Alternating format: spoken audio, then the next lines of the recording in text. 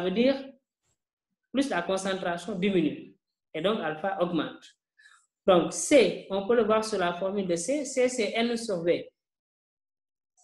Quand le volume d'eau augmente, la concentration diminue.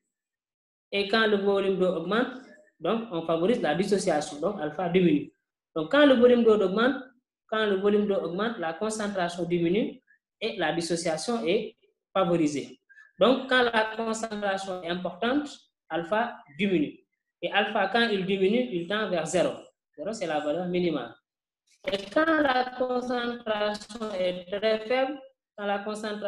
faible, ça veut dire qu'on met beaucoup d'eau. Donc, le volume d'eau est important. Et quand le volume d'eau est important, donc la dissociation augmente. Quand la dissociation augmente, ça tend vers 1. Donc, pour un intrus faible, alpha va dépendre de la concentration. Donc, quand la concentration est élevée, alpha est très faible. Mais plus on met de l'eau, c'est-à-dire plus la concentration diminue. Donc, plus on met de l'eau, plus la concentration diminue, alpha augmente. Et on peut montrer facilement, on peut prévoir la valeur de alpha suivant la concentration.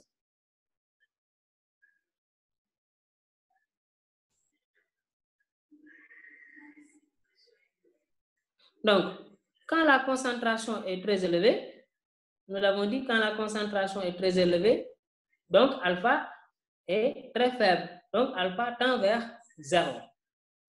Et alpha tend vers 0. Regardez la formule de K. On a montré tout à l'heure que K égale à alpha carré C sur 1 moins alpha. Mais si alpha est presque égal à 0, donc on peut négliger. On peut négliger alpha devant 1. 1 moins alpha. Donc alpha est presque égal à 0, donc on peut négliger alpha devant 1. Donc si on néglige alpha devant 1, donc K est sensiblement égal à alpha carré C. Donc dans le cas d'un électrolyte faible, si l'électrolyte est très concentré, donc on peut dire que K est sensiblement égal à alpha carré C. Donc on néglige alpha devant 1. Et si K est sensiblement égal à alpha carré C, donc si on tire alpha, alpha va être sensiblement égal à racine de K sur C. Donc ça, c'est la première situation extrême. Donc si la solution est très concentrée. Donc si la solution est très concentrée, alpha est presque égal à 0. Et on néglige alpha devant 1. Maintenant, si la solution est très diluée, c'est-à-dire la concentration est très faible. Donc si la concentration est très faible, donc alpha, on a dit augmente. Alpha, quand il augmente, il tend vers 1. Or, on avait vu que alpha, il est égal à 1 lorsqu'il s'agit d'un électrolyte fort. Or, ici, on est dans le cas d'un électrolyte faible.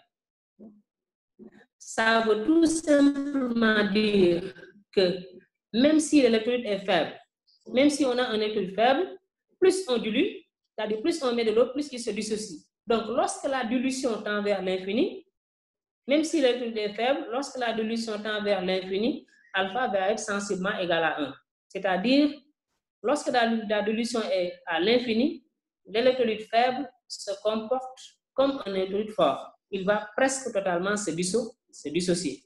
Donc, la dilution favorise la dissociation d'un électrolyte faible. Pour un électrolyte fort, on sait qu'il se dissocie totalement. Mais pour un électrolyte faible, plus on dilue, plus il se dissocie. Donc, lorsque la dilution tend vers l'infini, donc alpha va être sensiblement égal à 1. Et alpha égal à 1, si vous remplacez dans la relation, K devient égal à 0. Donc, la relation de K n'existe plus. Parce que K, je vous l'ai dit tout à l'heure, c'est quand on est en situation d'un électrolyte faible. Et pour un électrolyte faible, alpha doit être inférieur à 1. Donc, mais ça, c'est une situation particulière. Donc, lorsqu'on est dans le cas d'une dilution très, très importante, l'électrolyte faible se comporte comme un électrolyte fort. Il va presque totalement se dissocier. La troisième situation, c'est lorsque alpha n'est pas sensiblement égal à 0, ni sensiblement égal à 1. Donc, quand alpha est entre 0 et 1, là, il faut résoudre l'équation d'en haut. Il faut résoudre l'équation K égale à alpha carré C sur 1 moins alpha. Donc, ça va donner K moins K alpha égale alpha carré C. Et ça va donner alpha carré C plus K alpha moins K égale à 0. Donc, c'est une équation du second degré. Donc, il faut résoudre cette équation pour chercher la valeur de alpha. Donc, là, on peut tout simplement dans deux situations extrêmes, on peut prévoir rapidement la valeur de alpha. Donc, si on est dans la première situation, une solution très concentrée, on peut dire que alpha est sensiblement égal à racine de k sur c. Parce que alpha est proche de 0, on le néglige devant 1. Si c est très faible, on peut dire que alpha est sensiblement égal à 1. Maintenant, si alpha n'est ni sensiblement égal à 1, ni sensiblement égal à 0, il faut résoudre l'équation alpha carré c plus k alpha moins k égale à 0. Donc, cette équation du second degré. Donc, c'était tout pour ce cours. C'était le cours introductif sur la physico-chimie, les généralités sur les solutions. Donc, le cours suivant, ça va être les transports transmembranaires et les propriétés colligatives des solutions.